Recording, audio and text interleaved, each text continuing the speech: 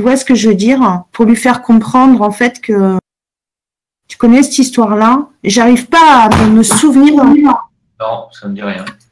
Ça te dit rien? Ah, punaise. Parce que cette histoire-là, elle est vraiment parlante.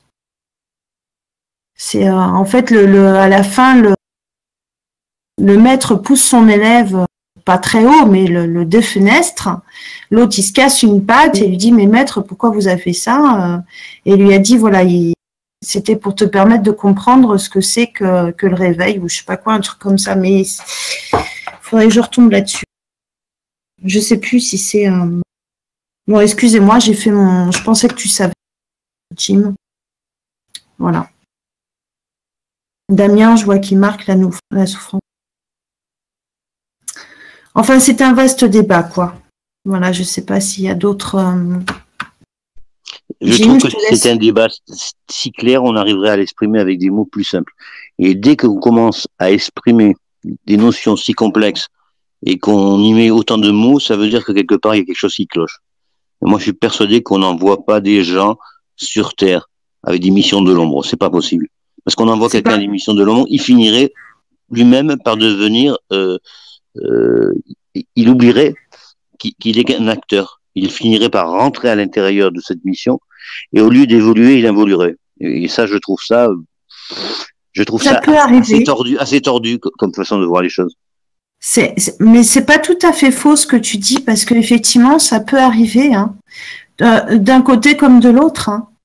C'est-à-dire, il y a des personnes qui sont lumineuses et qui se sont laissées prendre à ce jeu de théâtre, ce film, qui ont perdu en fait la conscience de leur être et qui se sont fait embarquer dans ce grand jeu illusoire. Hein. Et ça marche aussi bien pour les personnes lumineuses que pour les personnes qui ont accepté le rôle du méchant. Donc c'est pour ça que c'est pas tout à fait faux ce que tu dis. Hein. Voilà. Non, mais ce qui cloche pas dans ton questionnement, Marc, c'est que tu te poses pas les bonnes questions.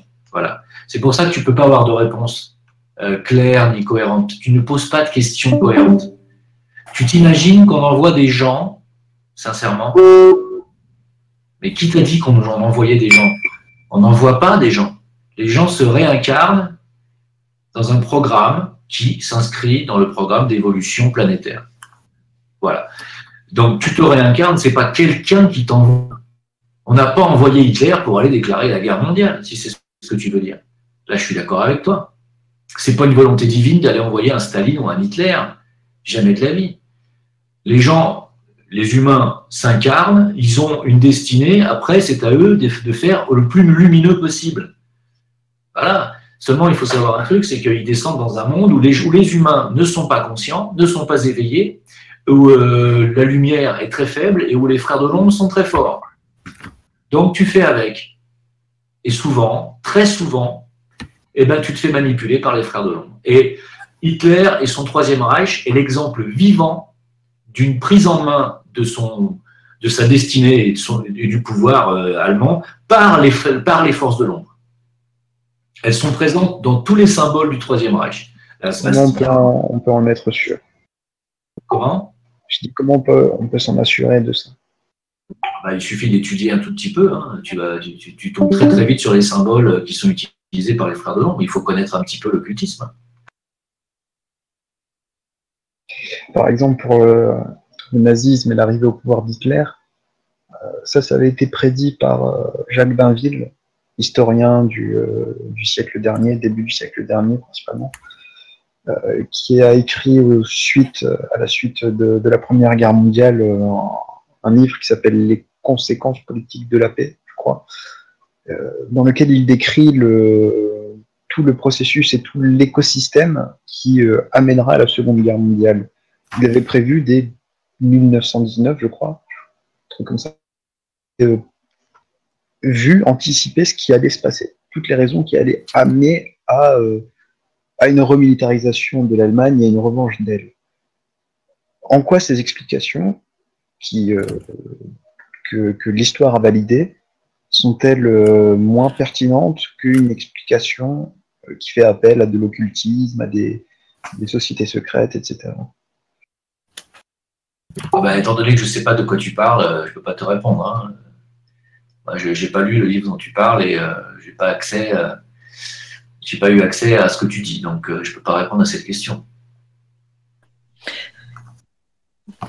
Qu'est-ce que vous pourriez nous dire sur Charles Maurras? Je ne sais rien sur cet homme. Sur qui? Pardon, excuse-moi. Charles Maurras. Charles, ça ne me parle pas. C'est les Maurassiens, Maurras, c'est... Personnage qui appartient à l'extrême droite française du début du siècle dernier. Oui. C'est un nationaliste qui a essayé de faire revivre l'action française. Je n'ai pas grand-chose à dire de plus. D'accord. Et Steiner, t'en parlais l'autre fois, Jim Steiner. Steiner, il fait partie des théosophes, voilà. Il est dans la lignée Blavatsky, Annie Besant, et j'en passe. Ça fait partie des gens qui ont eu la chance de côtoyer ce grand mouvement de pensée lumineux et spirituel qu'il y a eu au début du XXe siècle, et lui-même après a enseigné à son tour à Max Heindel, etc., etc. Il faut lire ces bouquins. On a eu la chance quand même au XXe siècle, au début du XXe siècle, d'avoir ce qu'on appelle une extériorisation de la hiérarchie.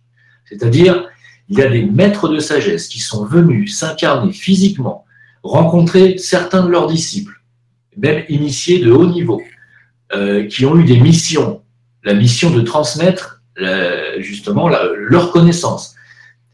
C'est écrit sur le papier, on a des bouquins, on les a à disposition, personne ne les lit. Tout ce que les gens disent à propos de leur connaissance et de ce qu'ils sont venus apporter, c'est que c'est Lucifer, c'est Satan, oh c'est vilain, oh là là, c'est... Putain, mais lisez les bouquins. C'est une chance inouïe d'avoir cette connaissance à portée de la main quand même. Moi je sais pas, je trouve ça dingue quoi. Avant de parler de quelque chose, ouvrez un livre. Et Steiner, c'est pareil, c'était partie des mecs qui a créé des écoles. D'ailleurs, l'école Steiner, on en a beaucoup en Suisse, il y en a en Allemagne. Bon, moi, je connais des gens qui ont fait partie de l'école Steiner. Je peux vous dire qu'ils ont eu une éducation extraordinaire. Ce sont des gens éveillés, évolués, intelligents, conscients. C'est une super école, l'école Steiner. Bon, elle coûte cher, mais c'est une super école. Et il n'y a rien de satanique là-dedans, ni de contradictoire avec les paroles du Christ. Il n'y a absolument rien qui va à l'encontre des enseignements des grands prophètes. Rien du tout.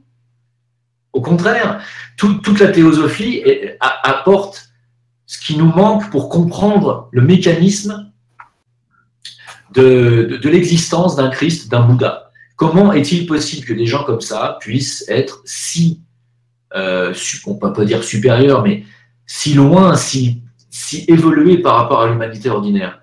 On ne peut pas le comprendre par le biais de l'étude religieuse. On peut le comprendre par l'étude de la théosophie ou de l'occultisme, entre guillemets, même si on ne peut pas tout à fait dire que la théosophie, c'est de l'occultisme, il y en a quand même un petit peu. Mais c'est par la théosophie et c'est par justement l'apport lumineux de connaissance de ces grandes personnes qui sont venues s'incarner qu'on peut comprendre comment on peut devenir un Christ, un Bouddha. On peut tous passer par là. Et d'ailleurs, c'est notre karma, c'est notre destinée. On deviendra tous, à un moment donné, des bodhisattvas, c'est-à-dire des êtres accomplis. Tous. Seulement, il faut se poser les bonnes questions. J'ai une bonne question. Si Macron est à Satan en puissance, comment se fait-il qu'il a dans son gouvernement Françoise Nyssen, qui est anthroposophe? Qui est? J'ai jamais dit que Macron était Satan en puissance. C'est un serviteur, c'est pas pareil. Disons qu'il est dans le mal. Or, me semble-t-il, la théosophie et sa filiale, l'anthroposophie, semblent lutter contre cela. Comment ça se fait que Françoise Nyssen donc se retrouve au gouvernement de Macron? Parce qu'ils infiltrent. Ils infiltrent tout. Ils se servent de la connaissance théosophique justement pour ça. C'est ce que j'essaye d'expliquer depuis le départ. Autant la maçonnerie, par exemple, il y a 2500 ans, on avait parce que ça date de 2500 ans la maçonnerie, même plus. On avait les grands prêtres bâtisseurs qui avaient accès à la connaissance archéologique, au nombre d'or, au nombre phi, etc. Aujourd'hui, la maçonnerie, c'est plus ça du tout. Depuis le XVIIIe siècle, la maçonnerie, elle a été infiltrée complètement. Aujourd'hui, la maçonnerie, c'est un réseau qui sert justement aux satanistes pour accomplir leurs plans. On est d'accord? Bon, pas toute la maçonnerie, mais la grande partie. Bon, c'est idem pour les écrits théosophiques et spirituels qu'il y a eu au XIXe siècle, au XXe siècle. Ils s'en servent, ils se servent d'une partie de cette connaissance-là pour instaurer un nouvel ordre mondial qui devait être basé sur la spiritualité, d'accord, sur le partage équitable, sur le commerce équitable, sur la juste relations humaines, etc. C'est ça le vrai nouvel ordre mondial à la base, hein. Celui que prône Alice Bailey et le maître tibétain qui lui a donné toutes ses connaissances par télépathie supérieure, hein. Donc là, il récupère tout, en fait, si vous voulez. Il récupère tout, toutes ces idées-là, mais comme Hitler l'avait fait avec le Troisième Reich, ils sont en train d'instaurer un nouvel ordre mondial qui est basé sur l'esclavagisme, sur la mise en esclavage de l'humanité, ce qui n'est absolument pas le but des maîtres de sagesse, bien entendu. Et oui, c'est ça, c'est parce que l'humanité n'est pas assez consciente pour comprendre la différence qu'il y a entre le nouvel ordre mondial d'Alice Bailey et le nouvel ordre mondial de Macron. C'est pas le même. Du tout.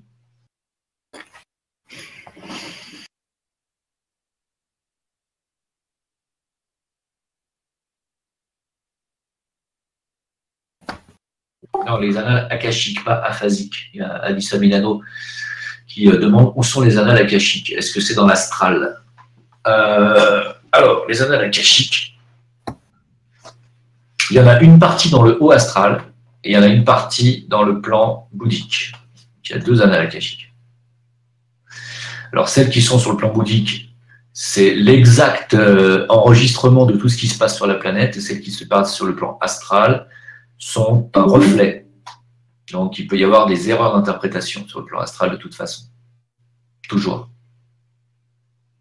Non, c'est pas un piège. Pourquoi ça serait un piège des annales akashiques? Pas du tout. Tout ce qui se passe dans la 3e dimension est enregistré. Tout. Absolument vrai. C'est d'ailleurs comme ça que vous pouvez même avoir accès, même vous-même, parfois, à une partie de votre futur. Parce que c'est déjà écrit même. Et Jim, est-ce que tu vois la chose des fois comme ça? Parce que bon, on peut l'interpréter de différentes façons, mais au-delà des annales akashiques, tu sais, les informations qu'on peut capter, en fait, au-delà de ça, il y aurait comme comme un cloud où il y a tout un tas d'informations et c'est du futur sur lequel on pourrait piocher, quoi. Tu vois ce que je veux dire? Je suis fatiguée, je crois. Ouais, parce que j'ai absolument rien compris. Ouais, laisse tomber. Je commence à fatiguer. Oui, il est bientôt 1h. Je vais pas tarder à vous quitter, les amis. Oui, moi aussi, je vais vous laisser, hein, sauf si vous avez des questions. Voilà, si vous avez des questions, on répond. Sinon, il y a Damien qui a posé une question. Quel intérêt de choisir sa mission pour pas naître? Je comprends pas. C'est pareil, je n'arrive pas à piger. Damien, si tu peux reformuler, parce que je ne comprends pas la question. Damien, je crois qu'il est comme nous, il est fatigué là. Delphine, je ne veux plus revenir sur Terre. Je m'abstiendrai de répondre. Non, mais Damien, il dit, soi-disant, on choisit notre vie avant de naître dans le bouddhisme. Ça dépend de quel bouddhiste on parle. Mais encore une fois, c'est pas une obligation de choisir sa vie avant. Tu comprends? Tout le monde n'a pas une mission de vie. Il y a des gens qui, bon, si, c'est quand même encadré par les influences astrales, les influences astrologiques. Hein. Donc, tu sais qu'on va te donner telle carte, tel atout dans ta vie, tel talent, tel don, tel machin. Ça, c'est ton cadre de vie qui va évoluer dans telle maison. C'est des maisons astrologiques, hein, qui sont des symboles, en fait. Un jour, je vous expliquerai tout ça. Donc, en fait, on te donne un terrain de jeu, et c'est à toi de faire au mieux. Voilà. Mais tu n'as pas forcément une mission de vie dans ce terrain de jeu. Et puis, selon les personnes et selon leur degré de conscience, tu as un terrain de jeu plus ou moins grand. Voilà. Il y a des gens qui ont accès à la présidence de l'Amérique, et tu en as qui n'auront jamais accès même à diriger un terrain de foot. C'est comme ça. Parce que ça dépend de ce que tu as fait avant. Et est-ce qu'il y a des archanges qui ont voulu non pas contrer la voie de Dieu, mais contrer la voie du karma? Bah non, tu peux pas contrer la voie. Non, pas à ma connaissance, non. Parce que lorsqu'on parle de Lucifer, c'est peut-être un ange qui a voulu changer les lois du karma et qui a voulu peut-être les adoucir. Alors, Lucifer, il est venu pour accélérer le plan d'évolution de l'humanité. C'est un plan qui a été voulu et qui a été décidé avec le Père, avec Dieu. Le fait de vouloir adoucir, le fait de vouloir aider les hommes du point de vue intellectuel, du point de vue de leur façon de vivre, c'est un petit peu quelque part adoucir leur karma. Parce que quand même, on vit mieux aujourd'hui qu'on ne vivait il y a 500 000 ans.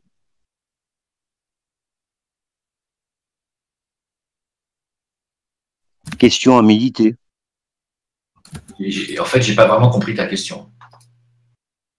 Ma question est la suivante. Peut-être que il y a eu des archanges qui sont venus sur Terre aider les hommes technologiquement. Là, je parle pas de la machine, non. Je veux dire aider les hommes afin d'adoucir le karma de chacune des vies, afin que le karma ne soit pas aussi lourd et dur, et qu'au lieu d'évoluer rapidement, mais en souffrant énormément, il pourrait évoluer lentement en souffrant moins. Voilà. Ouais, encore une fois, tu poses une question qui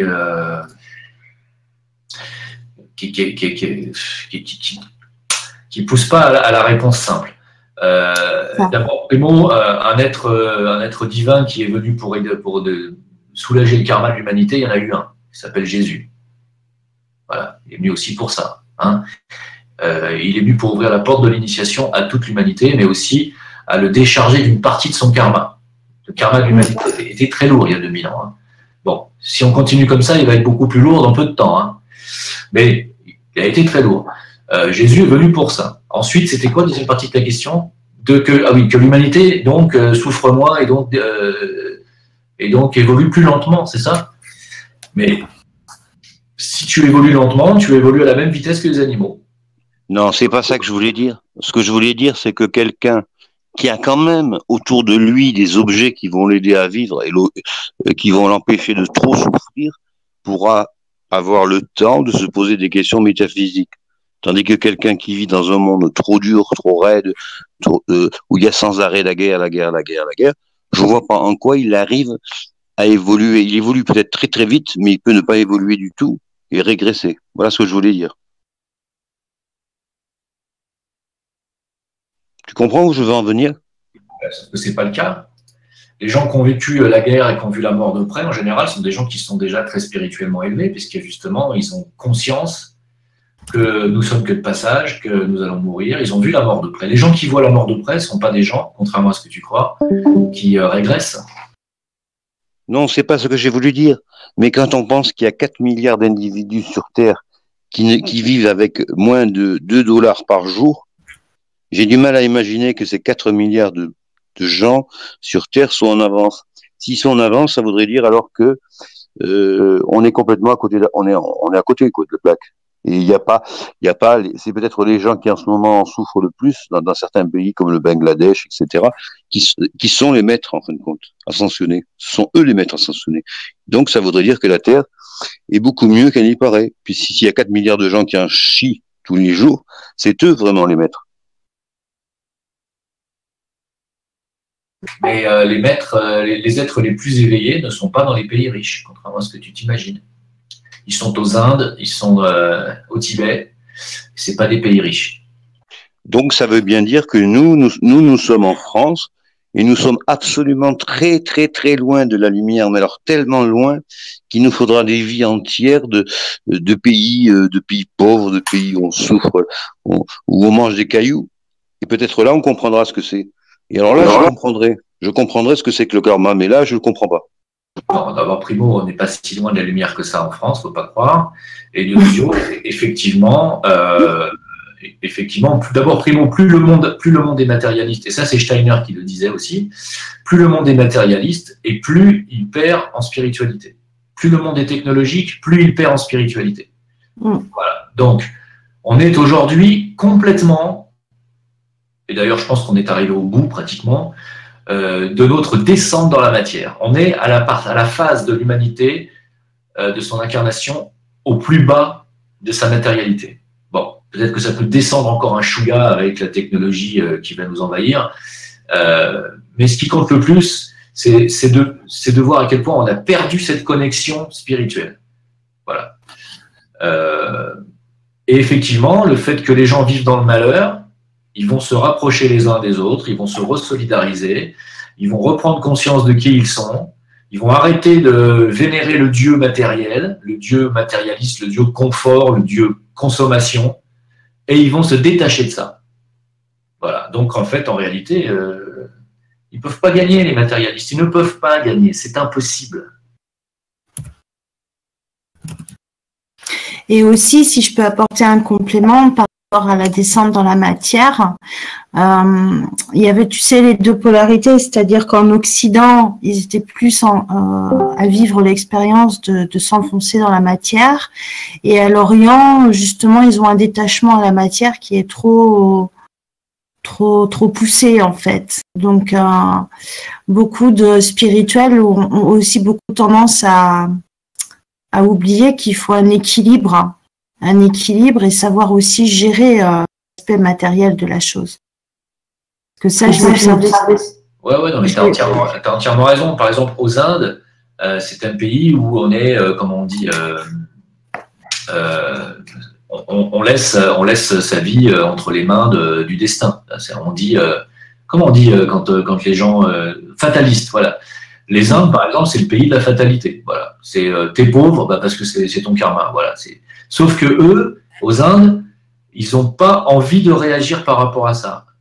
Aux Indes, ils ont la culture du karma, mais du karma passif, c'est-à-dire on sait qu'on est là pour payer quelque chose, on sait qu'on est là parce que on a mal agi dans nos vies précédentes, mais ils n'essayent pas de changer leurs conditions, les Indiens, les Hindous. Voilà. Et ça, c'est ce qu'on pourrait leur reprocher, de ne pas être assez matérialiste, d'être trop dans la science du karma, l'acceptation du karma, mais de ne pas essayer de se dire, bon, je vais m'ancrer dans la matière, je vais essayer de finalement, pourquoi pas, d'atteindre une condition matérielle très confortable et d'essayer de faire du bien autour de moi. Ils n'ont pas ça. Et ne pas être ancré et ne pas être matérialiste du tout n'est pas non plus une bonne attitude à avoir. Voilà. On nous demande d'être dans le juste milieu, ça veut dire d'être aussi ancré dans la matière. Et être ancré dans la matière, ça veut dire faire des choses constructives. Et aujourd'hui, les seules personnes qui font des choses constructives, ce sont ceux qui détruisent la planète, justement. Je ne sais pas si je me suis bien fait comprendre. Excuse-moi. Pardon. Non, je disais, pour moi, c'est clair, mais bon. Et les 4 milliards ou 3 milliards et demi de gens qui souffrent sur Terre, qu'est-ce que ça signifie? Qu'ils en ont encore besoin. Qu'ils ont besoin de ça pour comprendre qui ils sont. Ce sont pas quand même de braves sauvages, quand même. Personne n'a jamais dit ça. Mais il ne s'agit pas d'être sauvage, ça dépend dans quel sens tu le dis, si c'est péjoratif ou si c'est... Donc toi, Jim, tu justifies la pauvreté et toutes les souffrances que ressentent ces personnes-là d'un point de vue karmique, c'est ça? Ou alors il y a un truc que j'ai pas compris. Pardon, non, tu as parfaitement compris, oui, c'est ça. C'est pas un peu, comment dire, une Je sens manière de se masquer les yeux. Je croyais que tu allais dire, c'est pas un peu New Age. Ouais, un peu aussi, mais surtout de se voiler la face et de cacher les responsabilités en partie des Occidentaux là-dedans, à travers nos entreprises, la manière dont on pille leur pays, les coups d'État qu'on fait dans leur pays, etc. Enfin, je pense pas que le karma y soit pour grand-chose, ou alors le karma des Occidentaux, peut-être.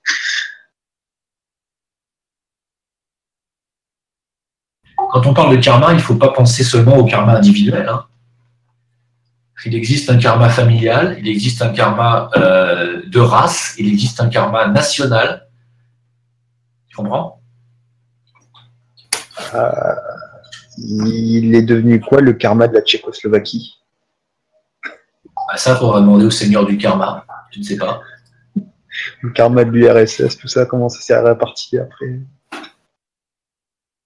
Regarde par exemple l'Allemagne. Elle a quand même fait 2 guerres au XXe siècle. Sa punition immédiate, ça a été d'être coupée en 2. Il y a eu l'Allemagne de l'Est, l'Allemagne de l'Ouest, et ces deux catégories d'Allemands n'ont pas pu se parler pendant combien d'années? 50 ans? Tu vois, ça c'est un karma, par exemple.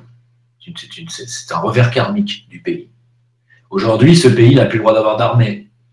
Ce qui fait qu'aujourd'hui, le peuple allemand, et je vous le dis, parce qu'on en a parlé en stage pendant 3 jours, l'Allemagne est aujourd'hui en Europe et même dans le monde occidental le pays le plus évolué, le plus avancé en matière de façon de se guérir avec des médecines alternatives, de recherche scientifique sur tout ce qui est quantique, homéopathique, etc. Ce sont les plus à la pointe au niveau des labos et au niveau de la tolérance humaine aussi.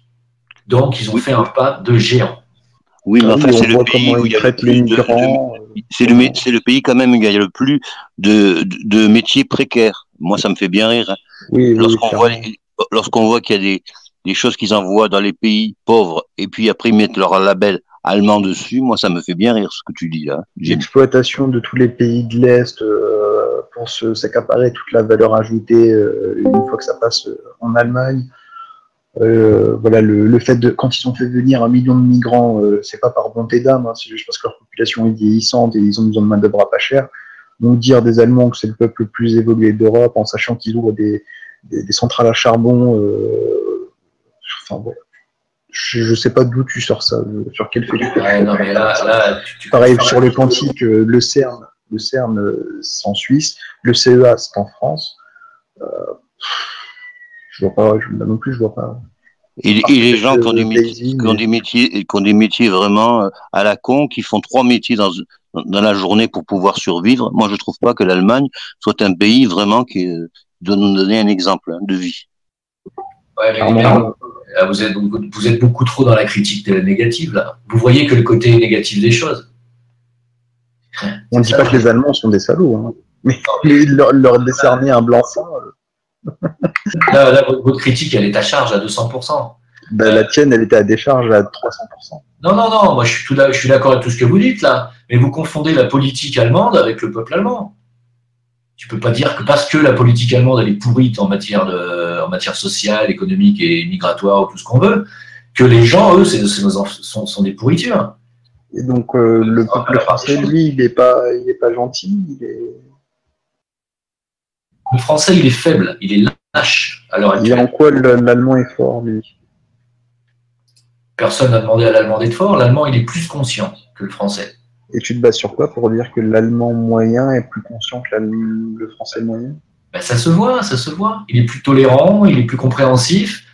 En quoi il est plus tolérant? Il est plus productif d'ailleurs. Ben, il est plus productif. Et tu me donnes pas d'exemple en fait. Je t'ai dit, tous les labos de recherche sont, en matière de médecine alternative sont en Allemagne. Les Allemands se soignent tous comme ça. Ils n'utilisent pas. Ils ont mis un frein à la vaccination. Ils ont tout compris. Ça fait déjà des années et des années qu'ils sont sur le plan écologique. Il y a des années-lumière de la France. Ça fait des années qu'ils ont compris qu'il fallait mettre des stations d'épuration avant de balancer les eaux dans les rivières. Nous, en France, on fait l'inverse. On balance. C'est à la pointe de l'écologie, le charbon? Bah, en tout cas, c'est une maladie, ouais, effectivement, c'est l'énergie qui est polluante. Mais le jour où on va avoir un problème avec une de nos centrales, tu crois qu'on polluera moins qu'eux?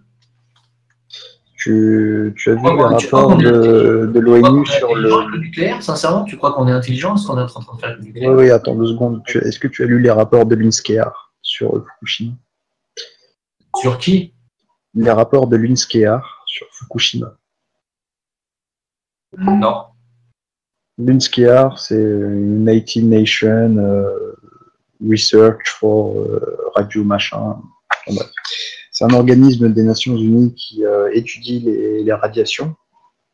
et qui est habilité à la compétence nécessaire pour évaluer les accidents nucléaires. Son rapport, qui a été publié en 2013 avec un addendum en 2015, je crois, indique 0 mort lié à l'accident de Fukushima. 0. Et même pas de hausse de cancer de la thyroïde. Tu te fous de la gueule du monde en disant ça ou quoi? Bah, soit tu es physicien nucléaire. Non, mais quand tu dis que tu es presque en train de me dire que finalement c'est pas bien grave qu'une centrale nucléaire explose, qu'il n'y a pas de J'ai risque. pas dit que c'est pas grave. J'ai dit que ça n'est pas aussi grave que ce qu'on nous a présenté. Bah, c'est pas ce que te diraient les poissons qui sont dans la mer du Japon. Bah, ils parlent justement aussi de ça. Ils disent que au bout d'un an, les radiations émises se concentraient uniquement dans un périmètre extrêmement limité et que la pollution des eaux à proximité décroissait de manière extrêmement rapide. C'est-à-dire qu'au bout d'un an, tu avais déjà 2 fois moins de radiation, l'eau était déjà 2 fois moins contaminée. Donc là aussi, pollution atmosphérique et écologique extrêmement limitée. Parce qu'il y a des gens qui ont donné leur vie là-bas, il y a des Japonais, des ingénieurs qui ont donné leur vie pour essayer de minimiser les dégâts, et c'est ce qu'ils ont réussi à faire. Ben non, zéro mort lié à l'accident nucléaire. Trouve-moi l'article qui t'indique qu'il y a eu, comme à Tchernobyl, des liquidateurs qui sont morts. Je te mets au défi de me trouver l'article. Je t'ai pas dit qu'ils étaient morts. Je t'ai dit qu'ils t'as dit qu'ils ont donné leur vie. Bah, ils ont donné leur vie parce qu'à mon avis, ils sont dans un taux d'irradiation où ils sont très certainement très mal en point à l'heure qu'il est. On n'en parlera pas, ça c'est certain. Mais ne va pas me faire croire qu'un mec qui te laisse balader dans les radiations avec une panoplie en amiante, il peut aller boire des tequilas frappés 10 ans après tranquillement. Est-ce que tu as en tête ce qui s'est passé à Tchernobyl? Mais Tchernobyl, c'est un incident nucléaire dans l'URSS des années 70. Hein. Fukushima, c'est un accident nucléaire dans le pays le plus technologisé au XXIe siècle. Ouais, et tu vas nous dire qu'à Tchernobyl, c'est le prochain Disneyland?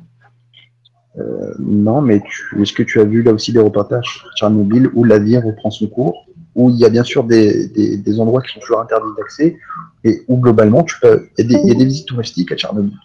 À Katyn, tu peux aller à Katyn, la ville juste à côté de Tchernobyl. C'était la cité ouvrière qui accueillait tous ceux qui travaillaient là-bas, et tu peux visiter Katyn.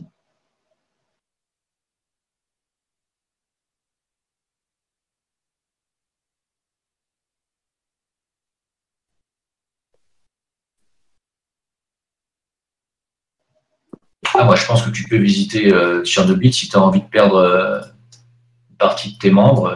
Bah non, mais pas de problème. Va sur YouTube, tape Katyn, touriste, machin, et tu verras que des gens y vont avec des compteurs GGR et tout, et la radiation ne sont pas nocives.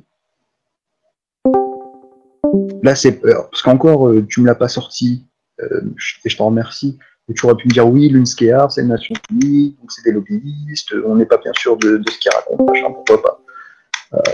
Là, dans le cas de Katyn, les vidéos que tu peux trouver sur Internet, c'est des gens comme toi et moi qui vont avec compteur GGR. Donc, à moins que tous les gens, enfin toutes les vidéos et tous les gens qu'on voit dans ces vidéos soient des gens qui soient complices. D'ailleurs, Astronogeek a fait une vidéo là-dessus aussi, d'ailleurs. Donc peut-être qu'il fait partie du truc aussi. Ça me semble assez crédible. Hein. Bon, mais là, je te suivrai absolument pas sur ce dossier-là. Pas du tout. Par idéologie. Non. Tu ne peux pas me raconter à moi que la radioactivité des centrales nucléaires, c'est rien du tout si un jour ça fait. J'ai pas dit que c'est rien du tout. J'ai dit que ça n'est pas aussi dangereux qu'on nous l'a présenté. Ah, ça, alors là, je te suis pas du tout. Tu sais que l'industrie de la chimie ou de l'acierie ou ce que tu veux a fait plus de morts en France que l'industrie du nucléaire. Pour l'instant, ne crie pas cocorico. Le jour où ça va arriver, c'est 200 000 ans où on ne pourra plus habiter en Europe. Donc, il faut arrêter de jouer avec le nucléaire et de dire que c'est inoffensif. Tchernobyl, c'est moins de 50 ans et tu peux déjà t'y balader. Mais 200 000 ans. Tu ne peux pas t'y balader à Tchernobyl. Est-ce que tu nies le fait, la Katyn, qui est à quelques kilomètres de Tchernobyl? que tu nies le fait qu'il y a des gens à Katyn qui vont sans protection? Non mais attends, il n'y a aucune vie qui pousse à Tchernobyl, il n'y a rien.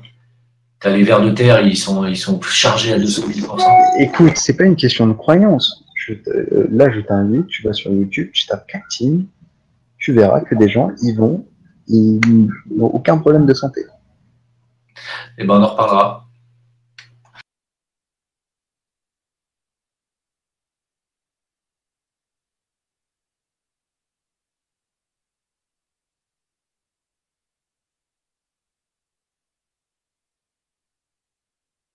Quoi qu'il en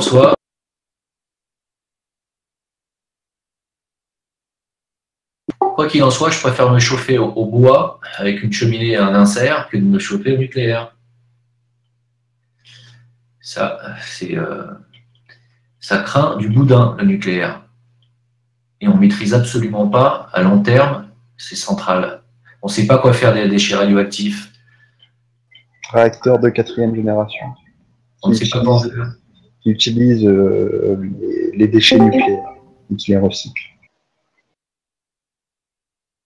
Donc si, on sait très bien quoi en faire. Industrialisation prévue pour 2050. C'est le projet. Ouais, bah là, je te dis, je ne suis absolument pas, mais pas du tout sur ce dossier. Voilà. Donc, on ne sera pas d'accord là-dessus. Jamais. Bah, le problème, c'est que faut toujours essayer de voir les deux versants, tu vois, de l'histoire. Moi, j'ai un principe qui parfois m'est beaucoup reproché, hein, mais je l'accepte, parce que moi, ça me fait beaucoup. C'est que j'essaie toujours d'être capable de défendre le point de vue exactement opposé au mien, et avec la même force, avec la même conviction, la même énergie, etc. Et possiblement la même efficacité. Toujours, moi, c'est un conseil que je donne à tout le monde, essayer d'être capable de défendre l'exact opposé de votre point de vue. Et en faisant ça, il y a même des recherches qui ont été effectuées là-dessus. Vous pouvez reconditionner en partie vos représentations, vos structures cognitives, machin, votre personnalité, parce que ce qu'on pense a une influence voilà, sur nous, tout ça, tout ça. Et ça donne, je pense, beaucoup plus de souplesse à la pensée et aussi beaucoup plus de force, parce qu'on est capable, on connaît les deux points de vue, et on est capable justement de faire ce à quoi tu appelais tout à l'heure, prendre la voie du milieu.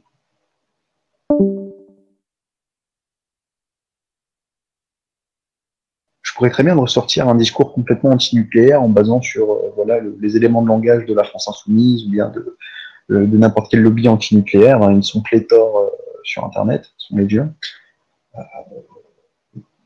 Intellectuellement, c'est beaucoup plus intéressant d'essayer de défendre l'inverse. Et en essayant de défendre l'inverse, je me suis rendu compte qu'ils avaient des éléments intéressants de l'autre côté aussi. Sauf qu'on les entend jamais.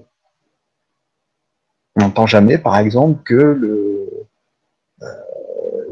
Nucléaire, que Fukushima, selon le Nucléaire, hein, selon l'ONU, que Fukushima n'a pas fait de mort. Ça, on ne l'entend jamais. Pourquoi? Bon, primo, il faudrait vérifier l'info. Bon. Et encore une fois, pour l'instant, tu oublies de dire n'a pas fait de mort pour l'instant. Oui, pour l'instant. Voilà. Mais on sait très bien que c'est une énergie dangereuse, que c'est une façon de fonctionner qui est dangereuse. Voilà. Comme ta cheminée, hein, il y a plus de gens en France qui meurent à cause de leur cheminée qu'à cause du nucléaire. Pour l'instant.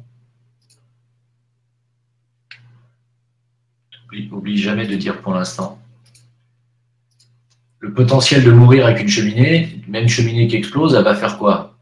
Dans un pâté de maison, elle va faire une victime et 3 blessés peut-être? Même une bouteille de gaz qui explose, ça va faire 3 blessés. Allez, 10.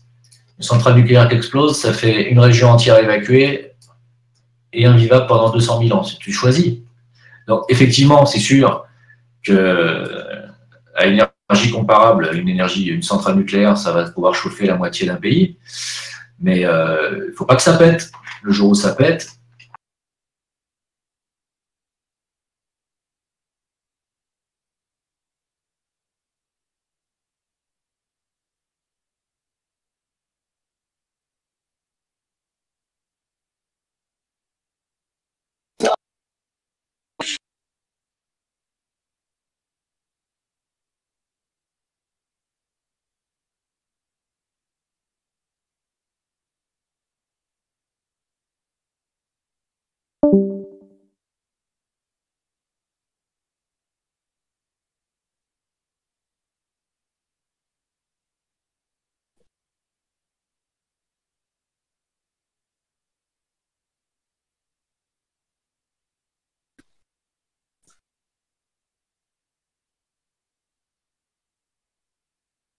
Voilà, bon, bah, les amis, on va se retrouver la prochaine fois. Hein.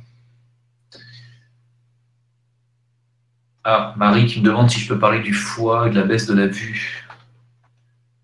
Bah, la toxicité du corps, quand on chope des germes à répétition, des bactéries, je ne sais pas si vous savez comment fonctionne le système immunitaire, mais on a des lymphocytes qui sont des combattants, des lymphocytes qui sont tueurs, et puis on a des macrophages qui sont des mangeurs de cadavres. Et toutes ces cellules-là, en se développant, en se multipliant, forment ce qu'on appelle des toxines à la fin, puisqu'il faut bien les éliminer, hein, tous ces cadavres. Et ça crée un degré de toxicité dans le sang, dans les intestins, et ça remonte dans le foie aussi, tout ça. Donc, une infection à la longue finit par tirer sur le foie. Si vous buvez de l'alcool, ça use le foie.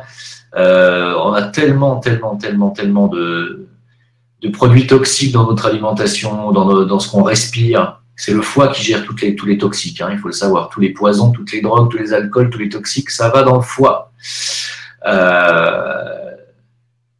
Le lait, bien sûr, et bon, il n'y a pas que ça. Hein. Donc, le foie est tellement surchargé en toxicité, en toxines aussi. Bien sûr, le chocolat, il y a des tas de trucs qui fatiguent le foie et qui l'engorgent, et qui le toxifient. On chope des cataractes. Les gens qui ont des cataractes sont souvent des gens qui mangent beaucoup de sucre, par exemple. Il faut arrêter de manger du sucre. Hein. Le sucre est le pire des poisons pour le foie. Le sucre rend le foie gras, c'est-à-dire on vous donne une stéatose. La stéatose du foie qui fait que le foie devient gros, gras. Enfin bref. Et on a tellement de sucre dans notre alimentation que le foie, il ne sait plus, il n'arrive plus à tout gérer, quoi. Donc ça se reporte sur ces domaines, les domaines du foie, que sont les phanères, c'est-à-dire les cheveux, les ongles, les yeux, entre autres. La peau aussi, une partie de la peau, sur les veines, voilà. Donc voilà, donc le foie, bah oui, il faut en prendre soin, et il faut faire la cure du foie régulièrement, et il faut faire très attention à ce qu'on mange en sucre, éviter le sucre au maximum, voilà. Hein, je pense que je vais finir là-dessus, et puis c'est sûr que les yeux sont liés énormément à votre consommation de sucre. Et arrêtez de boire de l'alcool et de bouffer du sucre pendant 2 semaines, vous allez voir que vous allez vous sentir mieux au niveau de la vue. Je ne vais pas dire pour autant qu'une cataracte qui a déjà commencé va régresser. Hein. Une cataracte, ça ne régresse pas. Bonne nuit Delphine, merci de ta participation.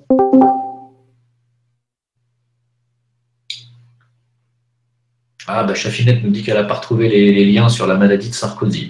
Ça sera pour la prochaine fois. Alors, Dark Angel me dit pour la méditation. Ça sera aussi pour la prochaine fois, parce que là, il est trop tard. Il est minuit 20 et on en parle. Hein, Géoya qui me demande ce que je pense de l'eau distillée. Pourquoi faire? Pour boire, il ne faut pas boire de l'eau distillée. L'eau que tu bois doit contenir des oligo-éléments. Sinon, c'est pas bon. Et je vous parlerai très bientôt de l'utilité d'avoir une carafe filtrante, une carafe ou un système de filtrage de l'eau, parce que l'eau est extrêmement importante c'est ce qui est le plus important dans votre alimentation. Et on boit de l'eau polluée en permanence. Voilà. Excusez-moi. Oui. Excusez-moi, là, tu devais nous parler d'une certaine technique avec des mots pour avoir accès à notre IAM et pour faire plein de choses, pour nous protéger aussi. Alors, ouais, c'était pas pour le IAM, c'était autre chose. Mais effectivement, j'avais parlé d'une méthode. J'attends d'en savoir plus pour l'instant, parce que les personnes qui m'en ont parlé ne sont pas encore là. Donc je les attends. Je vous en dirai plus quand je le saurai. Ok?